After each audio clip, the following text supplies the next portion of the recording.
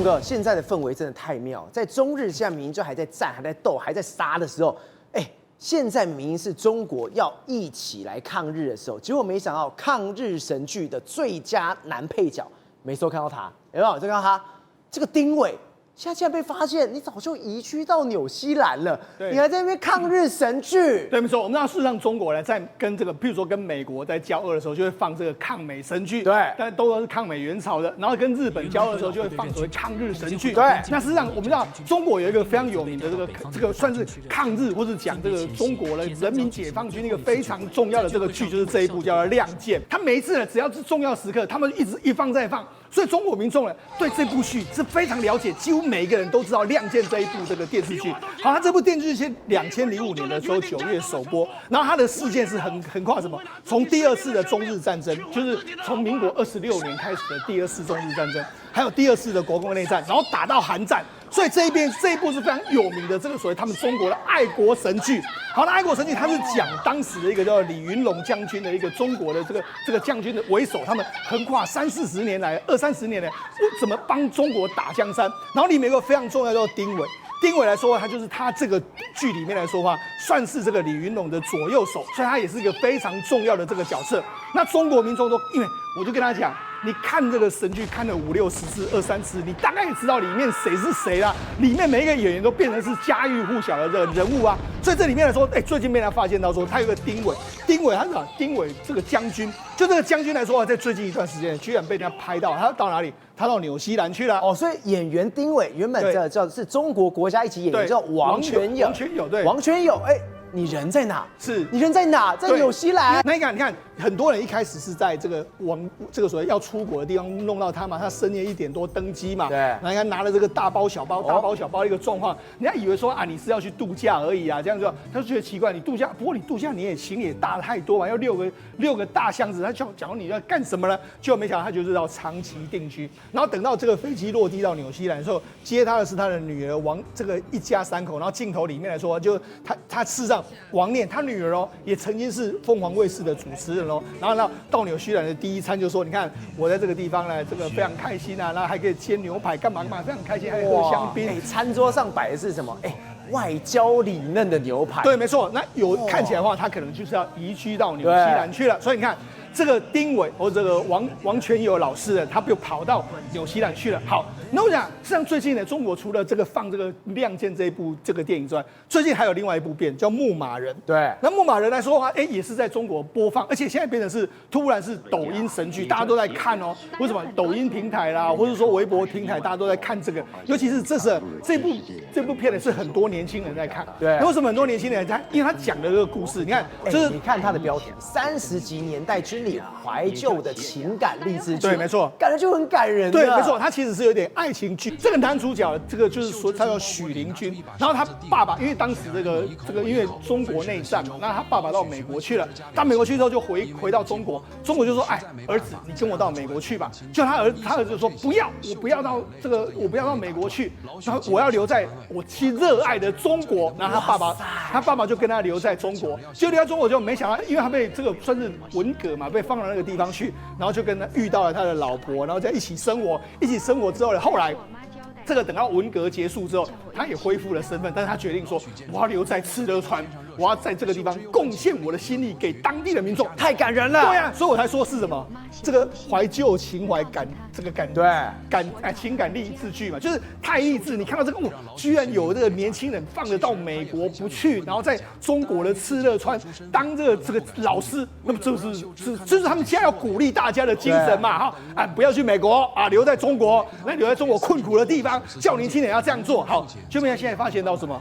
这个男主角，就是当年这个剧播出来就是这个人，对，男主角，他现在变老了嘛，对，他1992年就带了儿子去美国，就拿了绿卡了，好，又打脸了，然后再一查就女主角，这女主角之后，她演了这个电影之后，马上就名满天下，然后到法国去拿奖学金，之后后来马上就到法国去，然后后来就在法国跟她的丈夫结婚，就以最快速度拿到了法国国籍，所以就是说，一个是法国籍。然后一个是美国籍，然后当年的戏剧是劝你留在我们泱泱中华领土上面，为我们泱泱中华的国民打拼。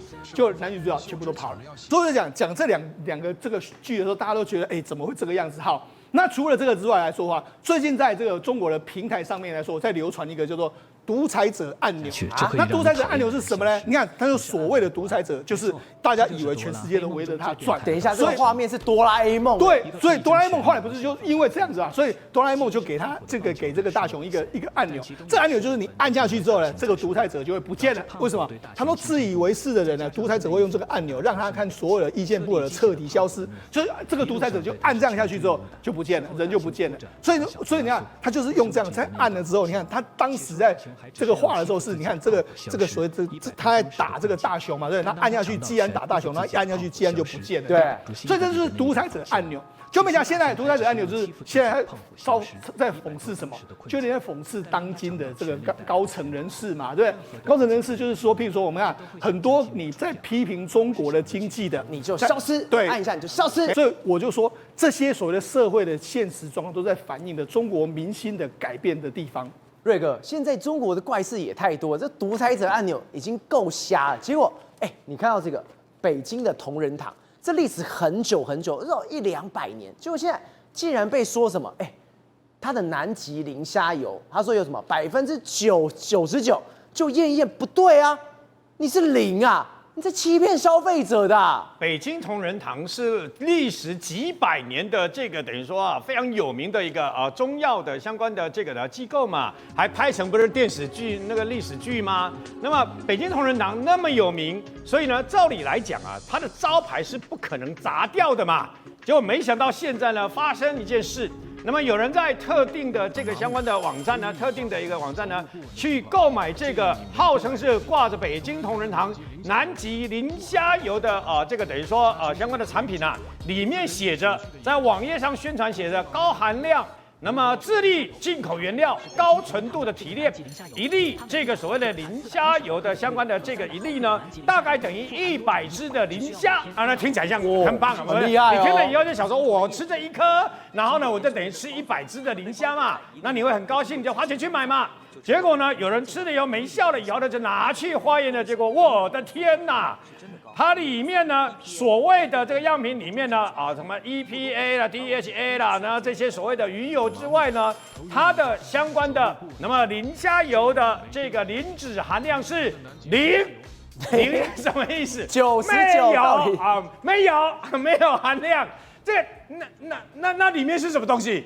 里面是什么东西？重点来了，里面是什么东西？对啊，所以什么都没有了。里面是什么东西？有其他的东西啦。但问题是，你不是这个的北京同仁堂，我是看到你北京同仁堂的这个的相关的这个的名称的 mark 商标才买的嘛。那北京同仁堂说跟他们没有关系呀，北京同仁说跟他们没有关系，他们主要的网页也没有这个东西啊。那现在呢，听说包括上海的什么消保委啦，他们无微不微很多单位公安单位，他们现在就要约谈到底是怎么回事的。好，结果没想到呢，意外去揪出更多这个外界不知道的秘密啊！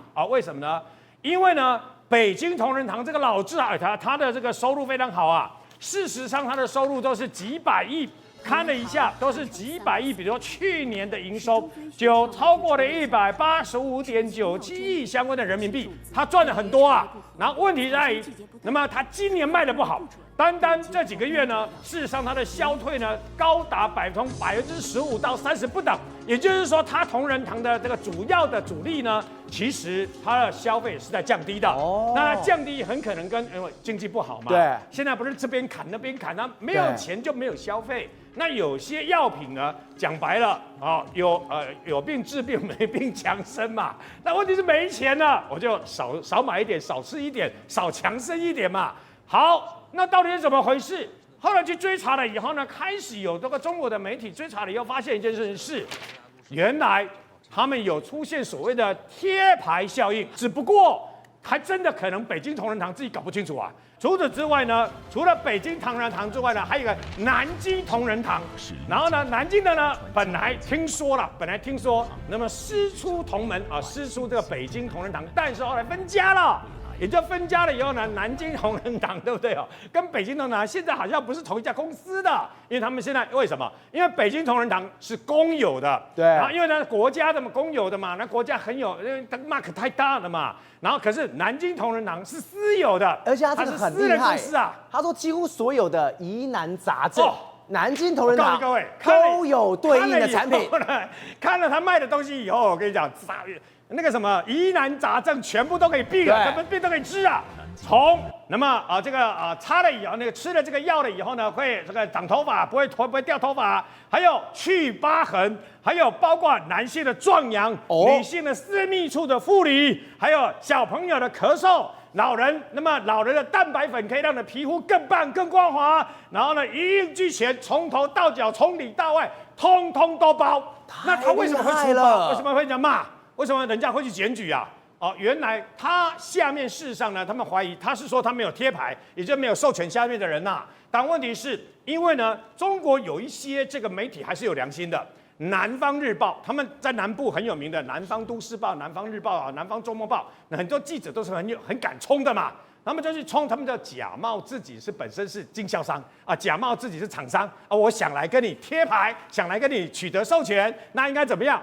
结果没想到有些人都调出来了，说你只要付多少授权金，然后呢，你是从事什么行业，你需要什么样的产品，你大概会制造什么样的产品啊？然后呢，你把这些东西给我以后呢，你只要付一笔授权金，你就可以贴着我们的 mark， 然后呢，你就可以去生产这些从头到脚什么都包的这些东西啊。专治百病，可问题是，你这个总公司都说跟他们没关系嘛，但子公司、孙公司，对不对？一层层包下去，还有人上总公司要缴25%，但他下面收30%，他什么事都不用做，他当中间商就赚5%。那万一出事情了以后呢，就要有人负责，就赶快逃之夭夭，说跟我们没有关系。这就是同仁堂目前所遇到的窘况。